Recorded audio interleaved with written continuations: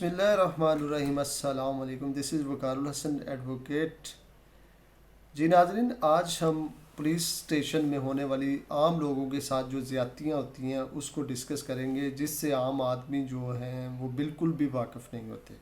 Police station में इंसाफ लेना आम आदमी के बस का काम नहीं रहा, मगर मैं यहाँ पर ये कहूँ कि लोग ही जो रुपया पैसा खर्च करके या खर्च करते हैं तो वो इंसाफ ख़रीद सकते हैं, ये कहना बचा होगा। लेकिन मैं फिर भी अपने चाहने वालों को, अपने अहले वतन को कुछ लीगल बातें सिखाना चाहता हूँ जो कि हमेशा आपकी रहनुमाई करेंगी।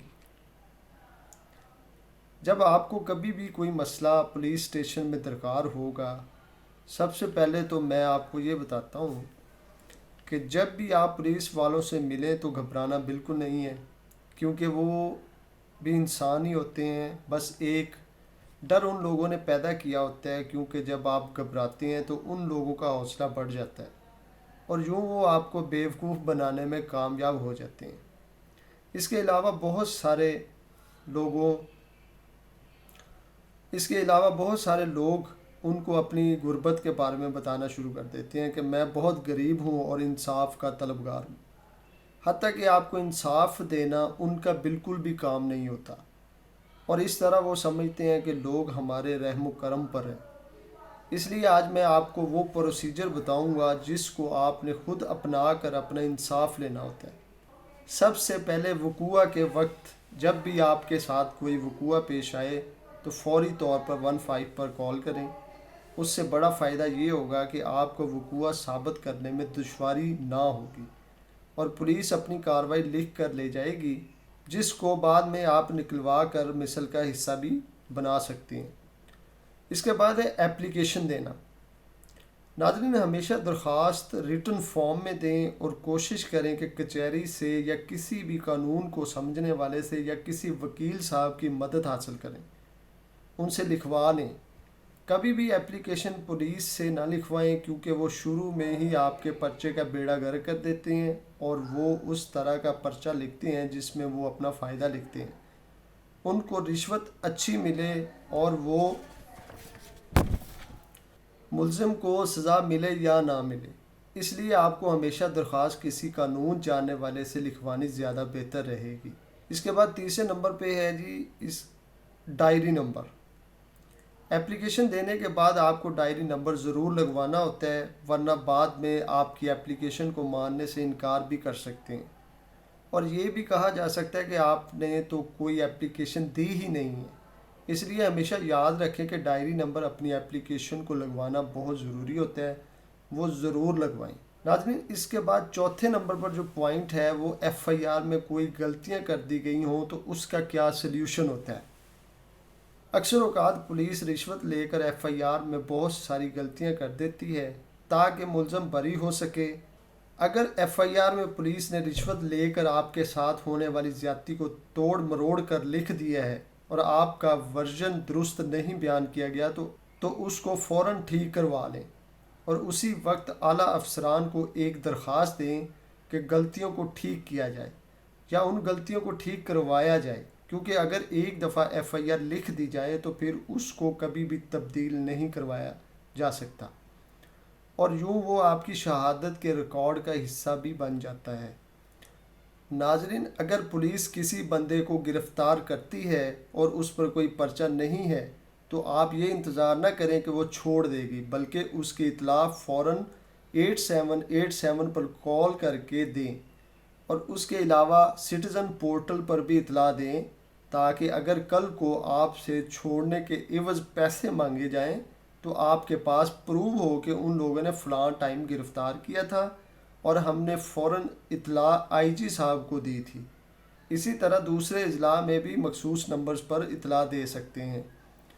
नाज़रीन, अक्सर देखा गया है कि कोई पार्टी पुलिस के ज़रिए या फिर खुद पुलिस किसी बेगुनाह पर पर्चा देकर उससे कोई रकम निकलवा लेती है या फिर उसको सुलह पर मजबूर करती है या फिर कोई और काम करने पर आमादा करती है। उसका हल ये है कि आपको अगर शुबा हो कि मेरे ख़िलाफ़ कोई भी झूठी FIR होने जा रही है तो आप अपने घर पर ना सोएं और किसी और जगह पर स्टे करें। आपको FIR के बाद गिरफ़्तार ना किया जाए। اور آپ کو عبوری ضمانت کروانے کا موقع مل جائے۔ اکثر دیکھا گیا ہے کہ پولیس صرف تفتیش کے لیے کسی کو بلاتی ہے اور وہیں پر دھر لیتی ہے اور بعد میں پرچہ دے دیتی ہے یا پھر تتیمہ بیان میں نامزد کر دیتی ہے۔ اگر آپ کو اس بات کا شبہ ہو تو آپ خود نہ جائیں بلکہ اپنے کسی عزیز کو بھیجیں تاکہ آپ کسی غیر قانونی ہتھ کنڈوں سے بچ سکیں۔ ناظرین، اس کے علاوہ تفتیشی افسر یعنی کہ آئی او انویسٹیگیشن آفیسر کا ایک بہت اہم کردار ہوتا ہے ایف آئی آر کے بعد۔ اکثر دیکھا گیا ہے کہ تفتیشی افسر جب ایک پارٹی سے پیسے وغیرہ لے لیتا ہے تو وہ دوسری پارٹی کی فیور کرنا شروع کر دیتا ہے۔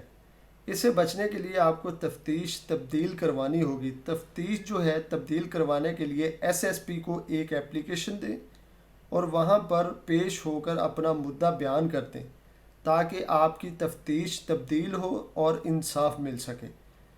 اکثر دیکھا گیا ہے کہ ایک پارٹی نے دوسری پارٹی پر بہت ظلم کیا ہوتا ہے اور اس کو کافی چوٹیں لگی ہوتی ہیں اور پولیس والے پیسے لے کر زیادتی کرنے والے کا ساتھ دے رہی ہوتی ہیں۔ اس صورت میں زخمی شخص کا فوراً میڈیکل ہونا چاہیے، اور اگر پولیس والے فوراً میڈیکل نہ کروائیں تو آپ کو علاقہ مجسٹریٹ سے اجازت لے کر کروا لینا چاہیے، کیونکہ آپ دیر سے میڈیکل کروائیں گے تو آپ کا پرچہ کمزور ہو جائے گا۔ یہ میڈیکل اس کے علاوہ جن خواتین کا ریپ ہوتا ہے ان کے لیے بھی فوراً کروانا ہوتا ہے، کیونکہ اگر لیٹ کریں گے تو پھر آپ کے جسم میں سے سویب کے سیمپل لینے ہوتے ہیں، اگر وہ ضائع ہو جائیں گے تو کیس ضائع ہو جاتے ہیں۔ ناظرین، بعض اوقات دیکھا گیا ہے کہ کوئی پارٹی جھوٹا میڈیکل بنوا لیتی ہیں جس سے ایک مضبوط پرچہ کروا دیا جاتا ہے۔ اس کا حل یہ ہے کہ آپ کو میڈیکل کو چیلنج کرنا ہوگا اور اس کو مجسٹریٹ کی اجازت سے دوبارہ کروانا ہوگا تاکہ آپ کے اوپر سے وہ سیکشن ختم ہو سکے۔ اس کے علاوہ اگر پولیس کوئی ریکوری کرتی ہے اور آپ کو دیتی ہے کہ آپ ویسے ہی رکھ لیں اپنا سامان، تو آپ وہ سامان وصول نہ کریں، ہرگز وصول نہیں کرنا بلکہ اس کی سپرداری کروانی چاہیے تاکہ ریکوری ریکارڈ کا حصہ بن سکے اور آپ کے ملزم کو سزا ملنے میں آسانی ہو۔ تو ناظرین، یہ تو تھا آج کا میرا شارٹ سا لیکچر جس میں نے آپ کو بتایا کہ پولیس جو عام طور پر ہمارے جو سینسٹیو لوگ ہوتے ہیں ان کے ساتھ زیادتی کرنے میں کامیاب ہو جاتی ہے، رشوت لینے میں کامیاب ہو جاتی ہے، تو کچھ احتیاطی تدابیر جن کے ذریعے ہم اپنا انصاف لے سکتے ہیں ان کو میں نے آج ڈسکس کیا ہے۔ اسی کے ساتھ اجازت چاہتا ہوں۔ میرے چینل کو سبسکرائب ضرور کریں اور بیل آئیکن کا بٹن ضرور دبائیں تاکہ ہر آنے والی ویڈیو سے آپ مستفید ہو سکیں۔ بہت شکریہ۔ اللہ حافظ۔